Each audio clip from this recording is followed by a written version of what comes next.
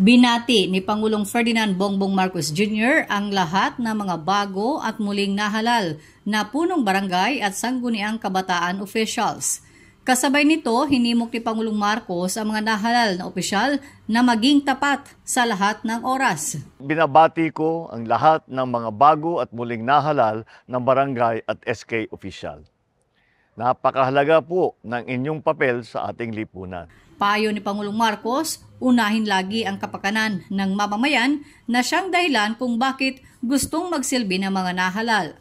Base sa ulat na natanggap ni Pangulong Marcos mula kay Commission on Elections Chairman Erwin Garcia, naging maayos ang katatapos na barangay at sangguniang kabataan elections, kaya naman nagpasalamat ito sa mga tumulong.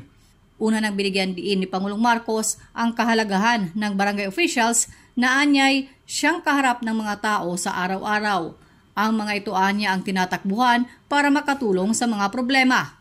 Isang panibagong pagkakataon na naman po ito upang makapagserbisyo sa mga Pilipino at sa ating bayan ng buong puso at higit pa sa abot ng ating makakaya.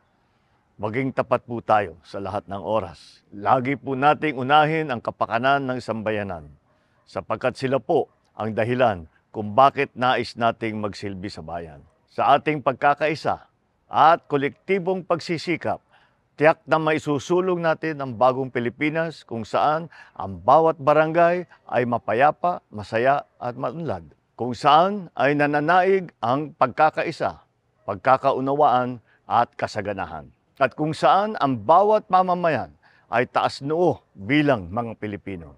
Bagamat may insidente ng karahasan, itinuturing pa rin ng Philippine National Police na generally peaceful ang katatapos na halalan. 6 na kataong nasawi sa Bangsamoro Autonomous Region in Muslim Mindanao sa mismong araw ng halalan. Sinabi naman ni COMELEC Chairman Erwin Garcia na 6 na barangay sa Lanao del Sur at 1 barangay sa Samar ang magsasagawa ng eleksyon ngayong araw, Oktubre 31. Ito ay dahil sa hindi nakarating sa takdang oras kahapon ang mga eleksyon paraphernalia.